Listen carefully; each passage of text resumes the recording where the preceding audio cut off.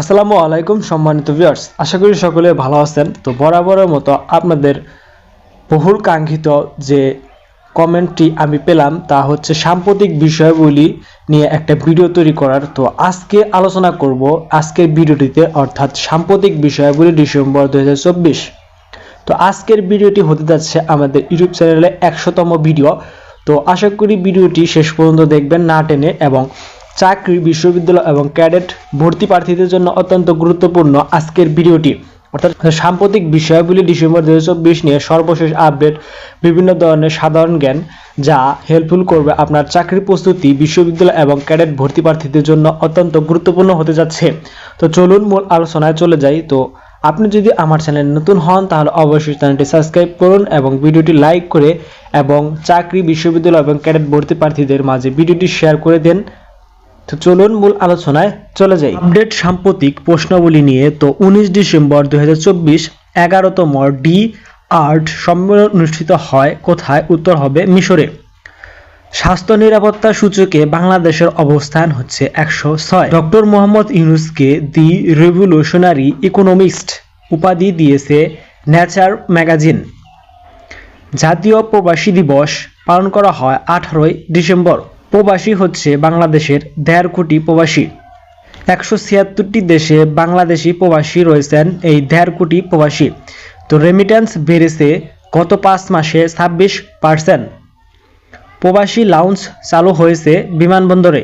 আর সর্বশেষ আপডেট অনুযায়ী ফিফার বর্ষসেরা 2024 এই আপডেট নিয়ে আপনাদের এখন বিস্তারিত জানানোর চেষ্টা করব। তো মনোযোগ সহকারে দেখতে থাকুন।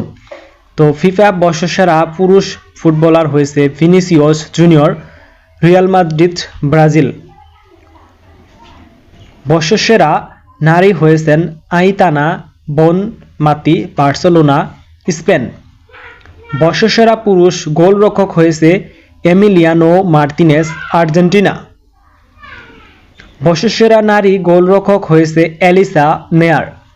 পুসকাস অ্যাওয়ার্ড পুরুষদের বর্ষসেরা গোল Alejandro Garnacho, Manchester United. Award নারীদের বর্ষসেরা গোল Marta, Brazil. FIFA fair play award Thiago Maia, Brazil. আর আপডেট অনুযায়ী জানানোর চেষ্টা করব বুকার পুরস্কার 2024 বিজয়ী সামান্থা হার্ভে। 2 সাহিত্যে নোবেল বিজয়ী 2024 হানকাং। 3 শান্তিতে নোবেল বিজয়ী 2024 নিহন হিদানকায়ে। 4 7তম নারী সাব চ্যাম্পিয়ন হচ্ছে বাংলাদেশ। 5 নম্বর প্রশ্ন ব্যালন ডি'অর 2024 বিজয়ী পুরুষ রদ্রি।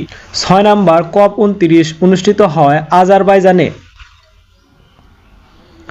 7 নম্বর প্রশ্নটি হচ্ছে G0 কার্বন নেতিবাচক দেশগুলোর জোট। দেশগুলো হচ্ছে ভুটান উদ্যোগ নেয় এবং পানামা, সুরিনাম ও মাদাগাস্কার। দত্ত এর প্রবক্তাকে? উত্তর ডক্টর মোহাম্মদ ইউনূস। 9 ক্যালিফোর্নিয়া অঙ্গরাজ্যতে ইলেকটোরাল কলেজ বোর্ড 54টি।